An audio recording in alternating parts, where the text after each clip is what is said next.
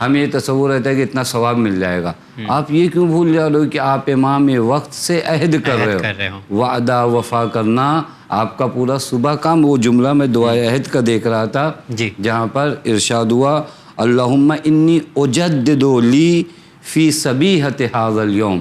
میرا اللہ میں دوبارہ تجدید کر رہا ہوں اپنے وعدے کو آج کی صبح میں. یعنی ہر صبح ہم ایک وعدے کی جانب جاتے ہیں. حتی قرآن کہتا ہے الم عہد الیکم یا بنی آدم اللہ تعبدوا الشیطان. اے بنی آدم کیا ہم نے تم سے وعدہ نہیں لیا تھا کہ تم شیطان کی عبادت نہیں کرو گے. بس یہ وعدے ہیں. ان وعدوں کی عظمتوں کو اور اگر انسان اپنی کرامت کو نظر میں رکھے گا تو بے وفائی نہیں کرے گا. بہت خوب مولانا صاحب، بہت اچھا بیان آپ نے دیا ہے. ہو سکتا ہے کہ ناظرین سمجھ چکے ہوں کہ ہمیں آگے کیا کرنا ہے. یہ آیت سے جڑا ہوا ایک سوال ہے کہ مگر حال احرام میں شکار کو حلال مت سمجھنا، یہاں شکار سے کیا مراد ہے اور مطلب کس طرف اشارہ کیا جا رہا ہے؟ اصل تو دیکھیے یہ جو ہوتا ہے حج کے احکام میں سے، جب ہم حج و عمرہ پہ جاتے ہیں تو وہاں پر کچھ چیزیں ہمارے اوپر حرام ہو جاتی ہیں. جیسے آئینے میں دیکھنا، جب ہم حالات احرام میں ہوتے ہیں بہت سی چیزیں، خوشبو کا استعمال کرنا. ادھر حقیقت پوری طریقے سے اللہ تعالیٰ ہمیں میٹیریل دنیا سے نکال کر جو ہے ایک معنویت کی دنیا میں لانا چاہتا ہے. لہٰذا وہاں پر شکار جو ہے وہ بھی حرام کر کے ایک ہمیں دنیا سے تعلق توڑنا چاہ رہا ہے، اور دوسرا یہ کہ حرم خدا ہے، تم حال احرام میں ہو اور اگر تم بارگاہ خدا میں ہو تو پھر کسی کو تم سے خطرہ نہ ہو. مطلب یہ چلیے یہ صرف اسی وقت کے لیے ہے کہ جب آپ احرام پہنے ہوئے ہوں، یا ان آیت سے ہم لوگ یہ بھی نکال سکتے ہیں کہ آج کی دنیا میں یا آج کے لوگوں کے لیے بھی ایسا کچھ ہے اس کے اندر؟ نہیں، دیکھیے ایک چیز یہ ہو سکتی ہے کہ اگر آپ غور کریے، چونکہ حج پہ سب کا جانا اور پھر اس کے بعد اتنی مجمع کا جانا، اگر وہاں پر حتیٰ احرام کے بعد بھی آپ مکے کے اندر جو ہے شکار نہیں کر سکتے جو حرم ہے، اس کی ایک وجہ شاید آج کے زمانے کے لحاظ سے اگر یہ بات کیا جائے کہ اگر ایک مجمع جائے، ایک ہی شہر میں جائے، اس شہر میں شکار کرنے لگے تو بہت سے جانور کی نسل ختم ہو جائے گی. لہذا خود ہی ایک پابندی لگانا اسلام کا کہ آپ جب حرم کعبہ میں آ رہے ہو، مکہ مکرمہ میں آ رہے ہو تو آپ شکار نہ کرو، تو شاید ان جانوروں کی نسل کی بقا کی بھی جو آج کے زمانے میں ہو رہا ہے. یہ بھی کیا اس ٹائم پہ ایسا کچھ ہوا تھا، واقعہ کچھ ایسا پیش آیا تھا؟ کیونکہ جب بھی ہم لوگ دیکھتے ہیں کوئی آیت جب نازل ہوتی ہے تو اس کے پس منظر میں اگر دیکھا جائے تو کچھ نہ کچھ واقعہ ہوا رہتا ہے. جی، یہ شکار ایک عام شیوا تھا اس زمانے میں. اس زمانے میں ہماری طرح یہ نہیں تھا کہ دکانیں ہوتی تھی اور اس طرح ہوتی تھی. جب آپ سفر پہ جا رہے ہوں تو بہت سی چیزیں یہ ہوتی تھی کہ آپ شکار کریے، کھائیے. تو اگر اس سلسلے کو باقی رکھا جاتا تو لوگوں کا دھیان انہی مادیات کی جانب ہوتا اور جہاں تک آپ پہنچنا چاہ رہے ہو وہاں تک نہیں پہنچ سکتے تھے. بالکل. اگر جانے سے پہلے ایک چھوٹی سی چیز ایڈ کرنا چاہوں گا کہ قرآن مجید جب ہم لوگ پڑھتے ہیں تب تو ٹھیک ہے، لیکن اگر اس کے ذریعے کوئی حدیث بھی آ جاتی ہے تو کوئی ایک حدیث ہے عہد وفا کے حوالے سے؟ میں ایک حدیث دیکھ رہا تھا جہاں پیغمبر اکرم صلی اللہ علیہ وآلہ وسلم ارشاد فرماتے ہیں لا دین لمن لا عہد لہ. اگر کوئی وعدہ وفا نہیں کرتا تو وہ بے دین ہے. یعنی پیغمبر فرماتے ہیں اس انسان کے پاس دین ہی نہیں ہے جو وعدوں کو وفا نہ کرے. بس ہماری دینداری ہمارے نماز حج روزے میں نہیں سمتی ہے، بلکہ ہمارے دین کا ایک بہت بڑا حصہ جو ہے جو وعدے ہم کرتے ہیں اور وفا نہیں کریں تو پیغمبر فرماتے ہیں ایسے شخص کے پاس دین نہیں ہے، یعنی بے دین ہے. تو یہ خلاصہ یہ ہے کہ اس آیت میں یہ کہا گیا ہے کہ اگر آپ کوئی وعدہ کسی سے کرتے ہیں تو آپ اسے پورا ضرور کریں. یہ ایک اہم پیغام، چاہے وہ اللہ تعالیٰ سے ہو، چاہے وہ اہل بیت علیہ السلام سے ہو، چاہے وہ کسی انسان سے ہو، ٹھیک ہے، عام انسان سے ہو. بہت شکریہ آگا. انشاءاللہ اگلے ایپیسوڈ میں پھر ملاقات کریں گے.